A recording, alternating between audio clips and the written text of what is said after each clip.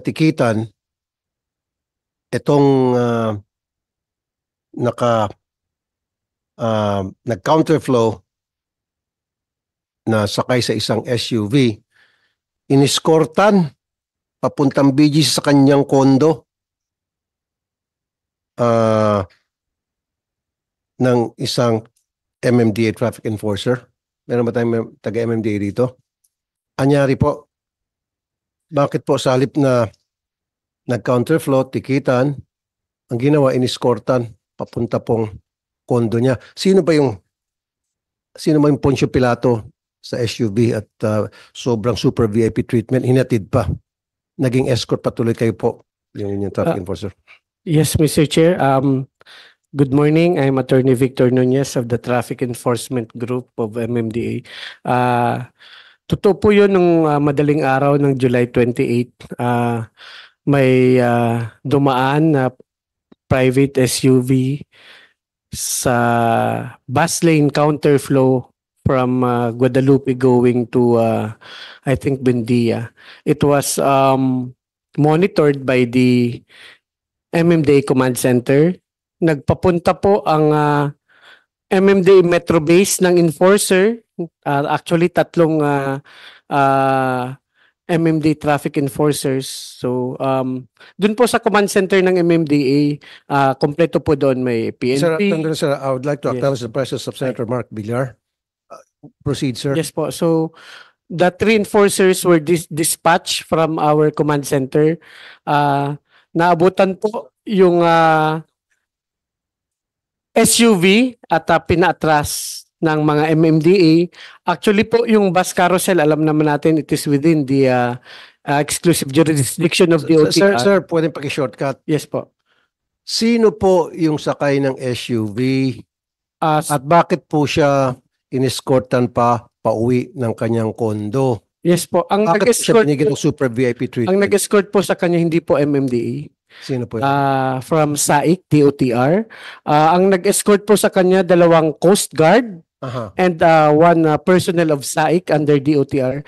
MMDA were there to issue ticket citations because ang dapat po talagang naninikit sa exclusive bus carousel violation ay DOTR ang SAIC. It just so happened that wala hong panikit yung team leader noon. That's why ang MMDA po ang nag-issue ng ticket. So, a ticket was issued? A ticket was issued for illegal counterflow and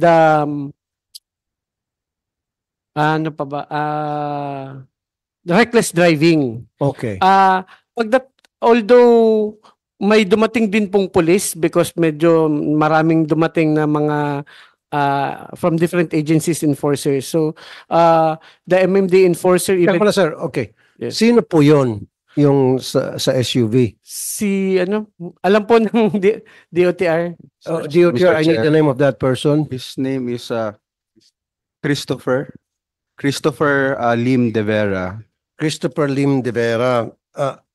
Ano po siya? Sino siya? Taga saan siya? Taga gobyerno ba ito? Christopher Lim de Vera? The investigation is ongoing. Itong si Mr. Christopher de Vera, nag-issue na po ng show cause order ang LTO dito po. When this incident happened, Mr. Chair, we were not there, but ang initial report was nakainom po. So, lasing? Opo, Mr. So Chair. Kung lasing siya, dapat inaresto siya. Dapat inimpound yung kanyang sakyan. Bakit iniskortan pa siya po ng bahay? Naging baby pa tuloy siya ng DOTR. Unfortunately, Mr. Chair, when the PNP was there, we were left with what? Mr. De Vera po, yung driver, sorry. Ikaw muna, sino ba to si De Vera? Anak ba to ni Herodes o pamangkin ni Poncio Pilato? Bakit gano'n na lamang yung itrato to? Maging yung pulis, hindi siya kayang arestuhin, untouchable siya, nagsidatingan kayong lahat, sabi mo, daming nagsidatingan. Mabuti pa palang MMDA, nag-issue ng ticket. And I commend you, MMDA, for doing the right thing. Na-issuean siya ng ticket, regardless kung sino man siya doon, kung sino man siya na Poncio Pilato, ito lang DOTR nakakapikon at saka itong PNP. Come on guys, huwag kayo matakot. Bakit? Ba't ganon? Yeah. Lasing pala siya, may patakaran tayo pagdating sa drunk driving, syempre, lasing siya, makakadisgrasya siya sa daan. Ayun na nga, buti walang nagdisgrasya kasi nag-counterflow siya. Dapat yun, kinulong siya. At inimpound yung kanyang sakyan. Ang nangyari, iniscordan pa siya pauwi ng kanyang condominium sa BGC. Sa magkanong kadahilanan? Mr. Chair, if I may, I was able to get the information po, i-relay ko po. I'll just continue from ASEC Tracker Lim. So, ang nangyari po, tama po, no, may dumating po mga kapulisan, and then eventually po, nung dumating na rin yung ibang from SAIC, from MDA, so umalis po yung kapulisan, no? Ang actual po nangyari, so nag-back po, no, to go back to the nearest exit. Ang nangyari po, yung ginawa nung SAIC personnel po, no, yung kasama namin sa DOTR, when they were left with the situation, ang naging decision po nila was samahan doon sa tirahan. I think sa BGC po yung tirahan. Ang nasa mind nila when we investigated, kasi ongoing po yung investigation, no, was that para hindi makasakit or hindi kaya makadrive, sinamahan po, drive hanggang BGC. So may ongoing po kaming investigation because ang kailangan po namin nila dapat ginawa is idala nila agad sa police, sa presinto po, which unfortunately nga po hindi nangyari nung nandun yung ating kapulisan. Teka muna, so bakit pinalis yung police? Ba't usang umalis yung police o pinalis yung police? I'll be honest with you, ang pagkaalam po namin, kusa po silang umalis. Wala naman pong pinaalis. Bakit kusang umalis yung mga police? Siguro po, no, I will make a Do you have the conclusion. name of those policemen? Wala tayong name, ano? We have no name yet, Mr. Chairman. That's why it's still the investigation is ongoing po. Okay. Okay, so kusang umalis yung police. Yung police ba pumasok sa loob ng SUV, nagsara ng pinto, yung driver at saka yung mga police? Not that we know of, Mr. Chair. That's why we're asking. May inabot ba dun sa mga police? Ako, based on the CCTV footage po. Kasi hindi naman siguro alis yung police for nothing. So kaya siguro, so hindi nyo nakuha yung pangalan. Siyempre, merong dispatch yan, di ba? Sinong tumawag ng police? Mr. Chair? Mr. Chair, if I may. Yes, sir. Yung police po, parang mobile siya na naka-standby near Guadalupe. We were able to get the name of the two policemen. We already endorsed it to DILG yesterday for their own investigation because lumapit naman po sila and yung dalawang police ang tinanong lang sa enforcers namin kung may resistance ba yung driver or pumapalag ba yung driver, something like that. Pero alam ng mga police na lasing yung driver. The enforcers told them na, Chief, Dati. mukhang nakainom po itong driver. Oh, so dapat yung police nag-take over na doon. Hindi na sa presinto para hindi siya makadisgrasya. In the first place, nag-one-way siya, counterflow siya, doon pa lang, muntik-muntik na siya makadisgrasya. Buti na para siya. So dapat, sinamahan siya sa presinto, kinulong siya, inimpound yung kanyang sakyan.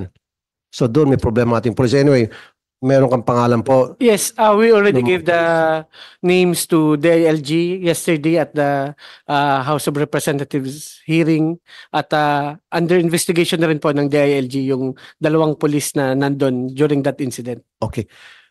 So, thank you, sir. DOTR, sino po sa tauhan ninyo ang sumama sa kondo o naghatid sa BGC sa kondo ni Christopher Lim de Vera?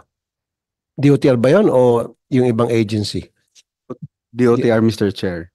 Kasi po ang nangyari when umalis na po yung PNP and MMDA, kaysa po ipabayaan po yung driver na nakainom na mag-drive at meron pang disgrasya mangyari, hinatid po sila. When we found out the following day na ito po yung ginawa, pinatawag ko po silang lahat and I asked, binayaran ba kayo? May pera ba kayong tinanggap? Ang sinabi po nila is wala. Sabi ko, may binigay ba na anything? Pagkain, whatever. Ang sagot nila wala, Mr. Okay. Chair. So we cleared that up. But may mali lang po talaga on our side is that dapat sa police station po inatin. Correct. So, anong nangyari dun sa dalawa? They are investigated po right now. They're being investigated, Mr. Chair, and we will submit the report to you, Mr. Being Chair. investigated. This was 2 weeks ago. So continuous pang investigation. Yes, because they're interagency po, merong MMDA, may DILG po as well, Mr. Chair. Kaya nga, pero sa part lang ng DOTR. So dahil inamin mo, tauhan ninyo yung naghatid sa kanya papuntang BGC sa kanyang kondo. So sabi nyo, your people are being investigated, those who are involved. So for 2 weeks, you keep investigating hanggang ngayon wala pa ng resulta ng inyong investigasyon. Meron na po, but we want to be very precise po on our investigation so that... Very precise. Opo, yes, Mr. Chair. Define very precise para sa iyo. Para ko, Nandiyan na, alam mo na may violation yon. Lasing, nag-counterflow, At and police. ginawa ng inyong tauhan, sa halip na idiretso sa police station, diniretso sa kondo. Sinamahan. Ano pang klaseng investigation, ano pang klaseng ebidensya ang hinahanap niyo po? Baka kamag-anak mo to, Christopher Lim, Asik Lim. Hindi mo kamag-anak. Mr. Chairman, no, he's not Hindi, related okay. to us. Hindi nga, sir. Hanggang ngayon, ini-investigate niyo pa rin itong tauhan ninyo na very obvious naman talagang may violation siya or meron siyang ginawang hindi tama at inamin mo rin. At hanggang ngayon, nag-imbestiga pa rin kayo dahil you want it to be very precise. Ano pa yung kailangan pa maging precise kayo bago nyo patawan ng sanction itong tauhan ninyo? Check nyo nga sa Google sino itong Christopher Lim de Vera. Would somebody check? Tingnan mo sa social media, who's this guy? Para pati yung DOTR natatakot na ata. Buti pa yung MMDA. May plate number tayo?